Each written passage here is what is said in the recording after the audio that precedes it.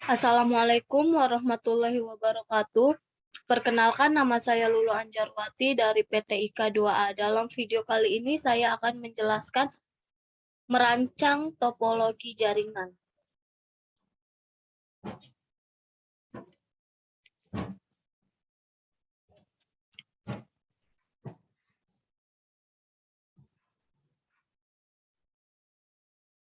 Pengetahuan dasar konsep desain jaringan. Desain jaringan adalah praktik perencanaan dan perencanaan jaringan komunikasi. Desain jaringan dimulai dengan mengidentifikasi persyaratan bisnis dan teknis dan berlanjut hingga tepat sebelum tahap implementasi jaringan. Desain jaringan umumnya dilakukan oleh perancang jaringan atau network designer, insinyur atau engineer, administration, TI, dan staf terkait lainnya yang dilakukan sebelum implementasi infrastruktur jaringan. Desain jaringan melibatkan evaluasi, pemahaman, dan pelingkupan jaringan yang akan diimplementasikan.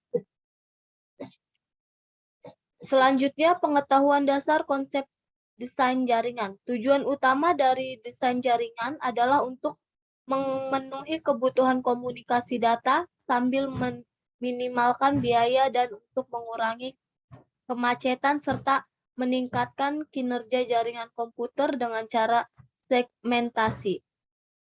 Lingkup kebutuhan dapat sangat bervariasi dari satu proyek desain jaringan ke yang lainnya berdasarkan kekhasan geografis dan sifat data yang membutuhkan transportasi.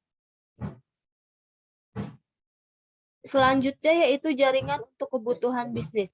Untuk memperluas network perlu dilakukan oleh seorang pembisnis. Tidak hanya memperluas jaringan saja, tetapi seorang pembisnis sudah seharusnya memperhatikannya. Mempertahankan dan membangun jaringan antara lain dapat dilakukan dengan meningkatkan komunikasi sehingga komunikasi bisa berjalan secara lebih intens. Network dalam dunia bisnis menjadi suatu langkah awal yang sebenarnya merupakan fondasi dasar bagi pembisnis dalam menjalankan usaha atau bisnisnya. Untuk membangun dan memperluas hal ini, maka Anda haruslah selalu percaya diri sehingga dapat memulai komunikasi yang baik dan bahkan bersifat persuasif. Selanjutnya yaitu topologi jaringan dan sejenisnya. Topologi jaringan komputer adalah suatu cara menghubungkan komputer satu dengan yang lainnya sehingga membentuk suatu jaringan. Dalam suatu jaringan komputer, jenis topologi yang dipilih akan mempengaruhi kecepatan komunikasi. Secara umum, topologi jaringan komputer adalah suatu bentuk struktur jaringan yang dibentuk atau diinstal sesuai dengan kebutuhan dan digunakan untuk menghubungkan antara komputer satu dengan komputer yang lainnya menggunakan media kabel ataupun media wireless. Topologi yang pertama yaitu topologi bus, di mana ada sebuah kabel yang dibentangkan, kemudian beberapa komputer dihubungkan pada kabel tersebut. Contohnya dapat dilihat pada gambar di sebelah kiri. Yang kedua, topologi ring. Bentuknya seperti cincin yang melingkar. Semua komputer dalam jaringan akan dihubungkan pada sebuah cincin. Cincin ini hampir sama fungsinya dengan konsentrator pada topologi star yang menjadi pusat berkumpulnya ujung kabel dari setiap komputer yang terhubung. Contoh topologi ring terdapat pada gambar di sebelah kiri. Yang ketiga yaitu topologi star atau topologi bintang, terbentuknya seperti bintang.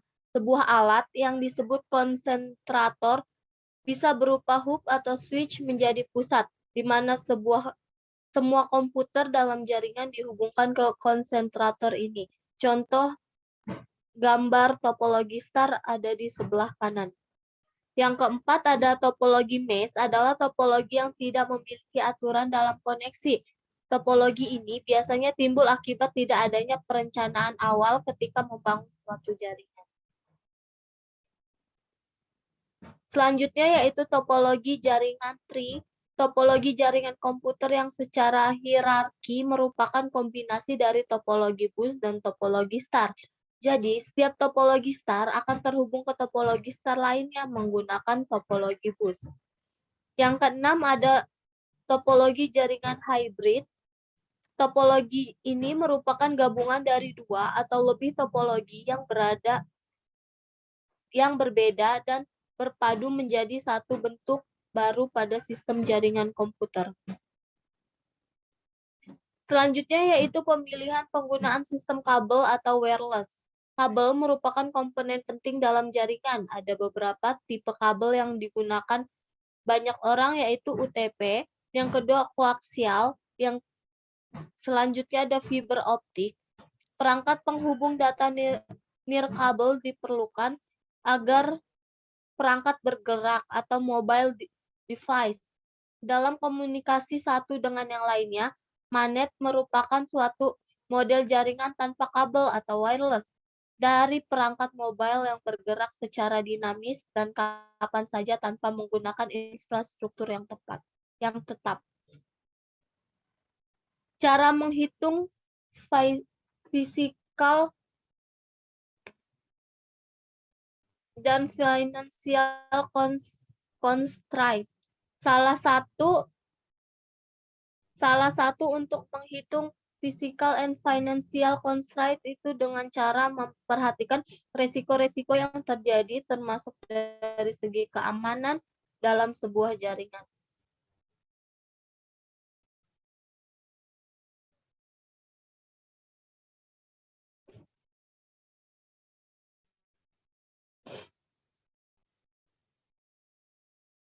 Itu saja yang dapat saya sampaikan. Kurang lebihnya mohon maaf. Wassalamualaikum warahmatullahi wabarakatuh.